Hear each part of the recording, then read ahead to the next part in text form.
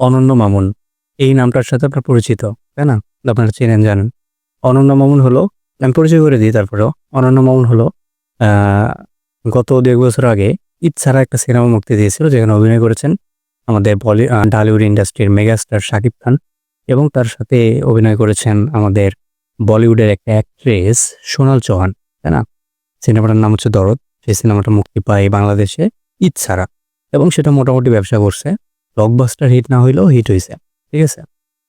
আর সবাই আমরা জানি যে অনন্য মামুন একটু বেশি কথা বলে, মানে সবাই অনেকেই সাবাবাজ বলে আখ্যায়িত করে, কারণ সে ওই সিনেমাটা নিয়ে অনেক অনেক কথা বলছে, ততটা ফুলফিল করতে পারে নাই, ঠিক আছে? বাট হ্যাঁ, চেষ্টা করছে, এই চেষ্টাটাকে আমি সাধুবাদ জানাই।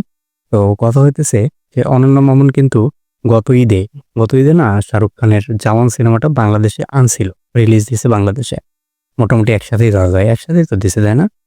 আমার সঠিক মনে নাই। যাই হোক, যে সিনেমাটা বাংলাদেশে প্রচুর ব্যবসা করছে, প্রচুর। অ্যান্ড বাংলাদেশের মানুষও খুশি, কারণ অন্যান্য দেশের পাশাপাশি আমাদের দেশেও বলিউড সিনেমা আমরা দেখতে পাচ্ছি হলে। এটা খুশি হবার মতোই বিষয়। কিন্তু বাংলাদেশ চলচ্চিত্র ইন্ডাস্ট্রির অনেকেই, যারা চলচ্চিত্র ইন্ডাস্ট্রিতে ইনভলভ, তারা অনেকেই চায়নি যে অনন্য মামুন এই বাংলাদেশে শাহরুখ খান কিংবা অন্যান্য ইন্ডাস্ট্রির সিনেমা রিলিজ দিক, ঠিক আছে? এতে তাদের ধারণা যে বাংলাদেশের সিনেমা হয়তো মুখ থুবড়ে পড়বে, কারণ ওইটা তো অনেক হাই হয় অন্যান্য দেশের সিনেমা বাংলাদেশের সিনেমার তুলনায় একটু বেটার হয়। সবকিছু বিএফএক্স বলেন, কাজ, টাকা পয়সা বেশি, অনেক টাকা ইনভেস্ট করা হয় সেগুলো সিনেমাতে। তো সব মিলে অবভিয়াসলি আমাদের দেশের তুলনায় ওগুলো বেটার হয়। তো যার কারণে অনেকেই চায় না যে বাংলাদেশের রিলিজ হোক, তাতে বাংলাদেশের সিনেমা হয়তো ক্ষতিগ্রস্ত হয়ে পড়বে। কিন্তু না, আমার মনে হয় না যে বাংলাদেশের সিনেমা এই জন্য ক্ষতিগ্রস্ত হয়ে পড়বে।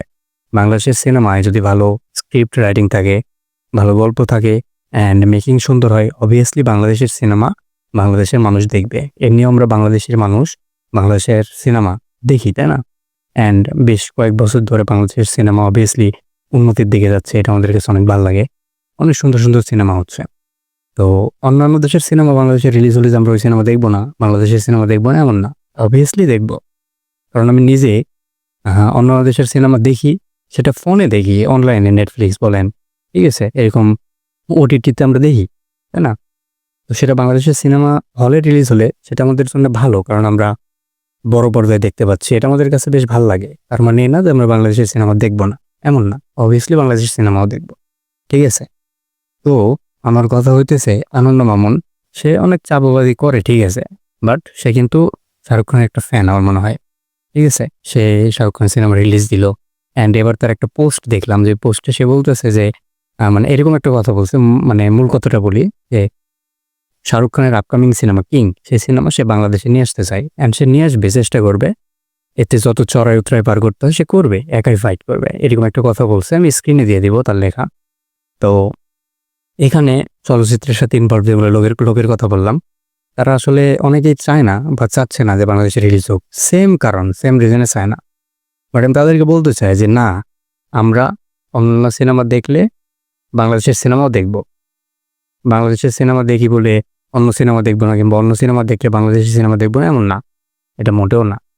তো যাই হোক, আমি চাই যে অনন্য মামুন বাংলাদেশে কিং সিনেমাটা রিলিজ দিক, পাশাপাশি অন্য ইন্ডাস্ট্রির সিনেমাও রিলিজ দিক। শুধু অনন্য মামুন একা না, যে কেউ চাইলে রিলিজ দিতে পারে, নিয়ে আসতে পারে, এতে কোনো প্রবলেম হবার কথা না। পার্সোনালি আমার তো কোনো প্রবলেম নেই, আর আমার মতো অনেক মানুষ আছে, হাজার হাজার মানুষ আছে যারা চায় বাংলাদেশে অন্যান্য ইন্ডাস্ট্রির সিনেমা রিলিজ হোক। তো এই বিষয়ে আপনাদের কি মতামত? আপনারা কি চান যে বাংলাদেশে রিলিজ হোক অন্যান্য দেশের সিনেমা? সেটা আপনি চাইলে কমেন্ট করে জানাতে পারেন। আর আমার এই পুরো টপিকে আপনার কি মনে হয়, আমার সাথে কি আপনার একমত, সেটাও আপনি চাইলে কমেন্ট করে জানাতে পারেন। আর এই ছিল আসলে, ভাবলাম একটু কথা বলি এটা নিয়ে, ঠিক আছে? এটা নিয়ে অনেক নিউজ দেখতেছি, তো তাই ভাবলাম একটু কথাবার্তা বলি আপনাদের সাথে। তো যাই হোক, এই ছিল আজকের ভিডিও। ধন্যবাদ, সবাই ভালো থাকবেন, দেখা হচ্ছে পরবর্তী কোনো ভিডিওতে। বাই।